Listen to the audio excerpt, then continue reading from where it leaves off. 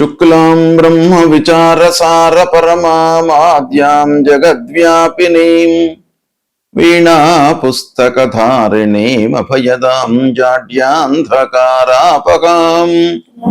హస్తే స్ఫాటికమాలికాం విదదతీం పద్మాసనే సంస్థితాం వందే తాం పరమేశ్వరీం భగవతీం బుద్ధిప్రదాం శారదాం. శ్రీ మహాగణాధిపతయే నమః. శ్రీ మహాసరస్వత్యై నమః. శ్రీ గురుభ్యో నమః. 2026వ సంవత్సరము మార్చి నెలలో గోచార రీత్యా, అంటే ఈ నెలలో ఉన్నటువంటి గ్రహస్థితి రీత్యా ముందుగా ఈ మార్చి మాసంలో గ్రహస్థితి ఎలా ఉంది అనే విషయాన్ని మనం చూసినట్టయితే, రవి 14వ తారీఖు వరకు కుంభరాశిలో సంచరిస్తున్నాడు. తదనంతరం మీనరాశిలోకి ప్రవేశిస్తున్నాడు. కుజుడు కుంభరాశిలో సంచరిస్తున్నాడు. బుధుడు కుంభరాశిలో సంచరిస్తున్నాడు. గురువు మిథున రాశిలో సంచరిస్తున్నాడు. శుక్రుడు మీనరాశిలో సంచరిస్తూ 26వ తారీఖున మేషరాశిలోకి ప్రవేశిస్తున్నాడు. శని మీనరాశిలో సంచరిస్తున్నాడు. రాహువు కుంభరాశిలో, కేతువు సింహరాశిలో సంచరిస్తున్నారు. ఈ విధంగా గ్రహస్థితి ఉంది. అయితే ఈ గ్రహస్థితి మూలకంగా మేషరాశిలో జన్మించినటువంటి స్త్రీల విషయం ఆలోచించినట్టయితే, ఈ మార్చి మాసంలో స్త్రీలకు ఎలాంటి ఫలితాలు ఉన్నాయి అనే విషయాన్ని ప్రత్యేకంగా మనం ఫోకస్ పెట్టినట్టయితే, స్త్రీలకు, మేషరాశిలో జన్మించినటువంటి స్త్రీలకు కొంత కుటుంబ బాధ్యతలు పెరిగేటువంటి అవకాశాలు ఉన్నాయి.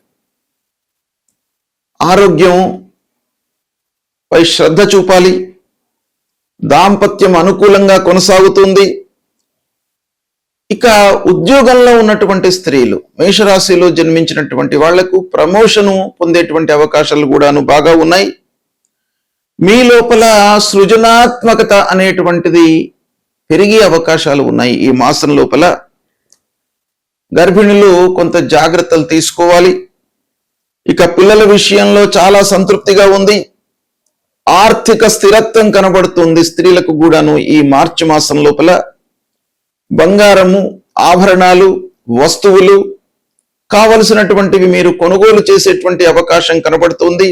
బంధువుల సహాయ సహకారం లభిస్తుంది. కోపాన్ని కొంత తగ్గించుకున్నట్టయితే మీకు చాలా సత్ఫలితాలు కలుగుతాయి.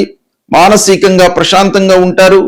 ఆధ్యాత్మికంగా మీరు ఎక్కువ కాలాన్ని వెచ్చించేటువంటి అవకాశాలు ఉన్నాయి. విదేశీ అవకాశాలు కూడాను బాగా కనబడుతున్నాయి. ఉద్యోగంలో మార్పు, కళారంగంలో ఉన్నటువంటి స్త్రీలకు నాట్యము, సంగీతము, సాహిత్యము ఇలాంటి రంగాలలో ఉన్నటువంటి స్త్రీలకు కూడాను బాగా కలిసి వస్తుంది. భాగస్వామితో అనుకూలత కనబడుతుంది. చిన్న ప్రయాణాల మూలకంగా మీకు బాగా అనుకూలిస్తుంది. సోదరులతో అనుకూలంగా ఉంటారు. వ్యాపారం చేస్తున్నటువంటి స్త్రీలు ముఖ్యంగా ఈ మార్చి మాసంలో బాగా అనుకూలమైనటువంటి ఫలితాలను పొందుతారు.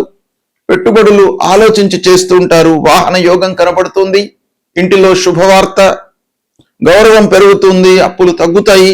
మానసికంగా మీరు దృఢంగా ఉంటారు. సమాజంలో మీకు ఒక గుర్తింపు లభిస్తుంది.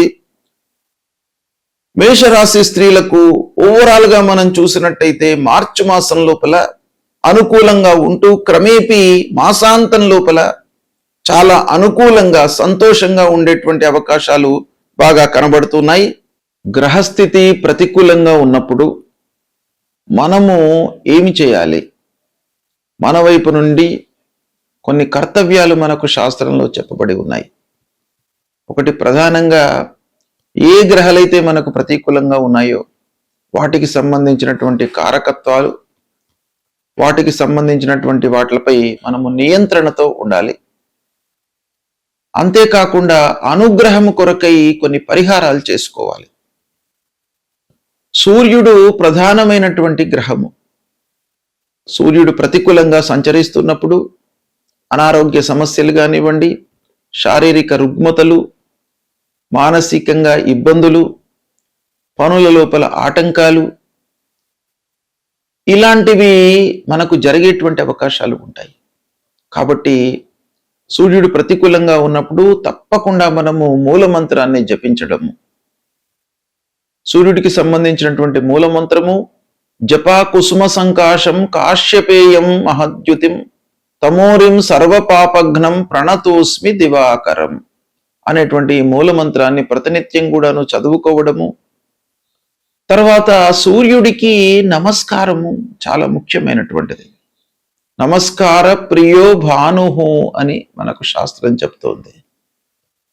ఆ సూర్యనారాయణుడికి ప్రతినిత్యం కూడాను ఉదయం పూట లేచి 12 మార్లు సూర్యుడికి నమస్కారం చేసుకొని 3 సార్లు అర్ఘ్యప్రదానం చేసినట్టయితే మీకు ఆ సూర్యుడి యొక్క అనుగ్రహం లభిస్తుంది. తద్వారా ఆరోగ్య సమస్యలు మీ దరి చేరకుండా ఉంటాయి. అంటే మీరు ఆరోగ్యంగా ఉంటారు సూర్య నమస్కారాలు చేసినట్టయితే. కనుక ప్రతి వాళ్ళు కూడాను సూర్యుడు ప్రతికూలంగా ఉన్నప్పుడు, సూర్యుడు 3, 6, 10, 11 ఈ స్థానాలలో సంచరిస్తున్నప్పుడు శుభ ఫలితాలను ఇస్తాడు. ఇవి కాకుండా మిగతా స్థానాలలో సంచరిస్తున్నప్పుడు మీరు పరిహారం చేసుకోండి. ప్రతినిత్యం కూడాను సూర్యుడికి నమస్కారాలు చేసినట్టయితే మీకు చాలా మంచి ఫలితం వస్తుంది. కనుక దీన్ని దృష్టిలో పెట్టుకోండి. ఇక రెండవది, మనకు ప్రతికూలమైనటువంటి ఫలితాలను ప్రభావితం చేసేటువంటి గ్రహము అంగారకుడు, అంటే కుజగ్రహము. ఈ కుజుడు 3, 6, 11 స్థానాలలో సంచరిస్తున్నప్పుడు మంచి ఫలితాలను ఇస్తాడు. ఉచ్చ స్థానంలో సంచరిస్తున్నప్పుడు మంచి ఫలితాలను ఇస్తాడు. మిత్రక్షేత్రాలలో సంచరిస్తున్నప్పుడు మంచి ఫలితాలను ఇస్తాడు. కాబట్టి అవి కాకుండా ప్రతికూలమైనటువంటి స్థానాలలో ఉన్నప్పుడు మీరు అంగారకుడి ప్రీత్యర్థమై అంగారకుడి మూలమంత్రాన్ని ప్రతినిత్యం కూడాను చదువుకోండి. ఏంటి అది? ధరణి గర్భ సంభూతం విద్యుత్ కాంచన సన్నిభం కుమారం శక్తిహస్తంచ మంగళం ప్రణమామ్యహం అనేటువంటి ఈ మూలమంత్రాన్ని ప్రతినిత్యం కూడాను చదువుకోండి. సుబ్రహ్మణ్య స్వామిని కొలవండి. సుబ్రహ్మణ్య స్వామి దేవాలయానికి వెళ్ళండి. సుబ్రహ్మణ్య స్వామి దేవాలయానికి వెళ్ళి ఆ భగవంతుడి యొక్క అనుగ్రహాన్ని పొందినట్టయితే మీ లోపల ధైర్యము, ఆత్మవిశ్వాసం పెరుగుతుంది. ధైర్యము, సాహసము, ఆత్మవిశ్వాసం అనేటువంటిది చాలా ముఖ్యమైనటువంటిది. పనుల లోపల మనకు విజయం చేకూర్చడానికి ఆత్మవిశ్వాసం చాలా ముఖ్యమైనటువంటి పాత్రను పోషిస్తుంది. కాబట్టి అది మీకు సుబ్రహ్మణ్య స్వామిని కొలవడం మూలకంగా వస్తుంది. కాబట్టి సుబ్రహ్మణ్య స్వామి దేవాలయానికి వెళ్ళండి. ఇక బుధుడు మీకు మంచి ఆలోచనలను, సమయస్ఫూర్తిని, తర్వాత వ్యాపారంలో మీకు అనుకూలతను ఇచ్చేటువంటి గ్రహము. అలాంటి బుధుడు మీకు ప్రతికూలంగా ఉన్నప్పుడు మీరు విష్ణు సహస్రనామ పారాయణం చేయండి. బుధుడికి సంబంధించినటువంటి మూలమంత్రంతో పాటుగా విష్ణు సహస్రనామ పారాయణం. ఒకవేళ విష్ణు సహస్రనామం చేయడానికి మీకు సమయము చిక్కనట్టయితే అందులో విష్ణు సహస్రనామాలలో ఉన్నటువంటి చివరి శ్లోకం వనమాలి గదీ శారంగి శంఖీ చక్రీ చ నందకి శ్రీమాన్ నారాయణోర్విష్ణు వాసుదేవోభిరక్షతు అనేటువంటి ఈ మంత్రాన్ని ప్రతినిత్యం కూడాను చదువుకున్నట్టయితే మీకు ఆ భగవంతుడు శ్రీమన్నారాయణుడు మీకు మంచి ఆలోచనలను, సమయం లోపల నిర్ణయాలను తీసుకునేటువంటి ఒక మంచి బుద్ధిని ఇస్తాడు. తద్వారా మీకు వ్యాపారంలో లాభం చేకూరుతుంది. ఉద్యోగంలో మీరు మంచి స్థితిలో ఉంటారు. మంచి పనితనాన్ని మీరు ప్రదర్శిస్తారు. ఇలాంటి ఎన్నెన్నో విషయాల లోపల కూడాను మీకు మంచి ఫలితము ఆ శ్రీమన్నారాయణుడి మూలకంగా అనుగ్రహం లభిస్తుంది. కనుక ఇది చెయ్యండి మీరు.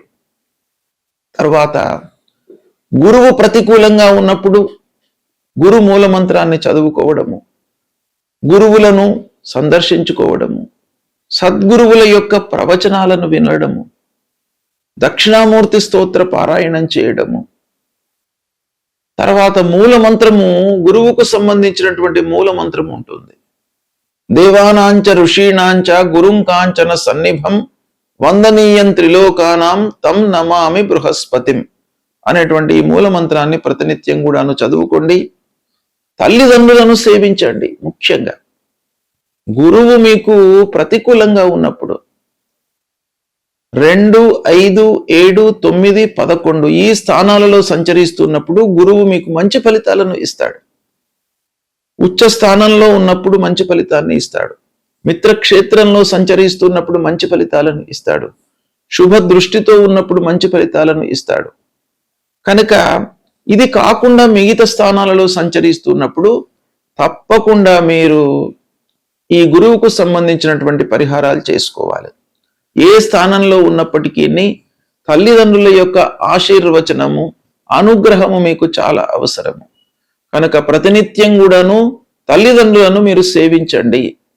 వాళ్ళ యొక్క ఆరోగ్య సమస్యలు, వాళ్ళ యొక్క బాగోగులను మీరు తెలుసుకోండి. వాళ్ళ మూలకంగా మీకు చాలా మంచి జరుగుతుంది.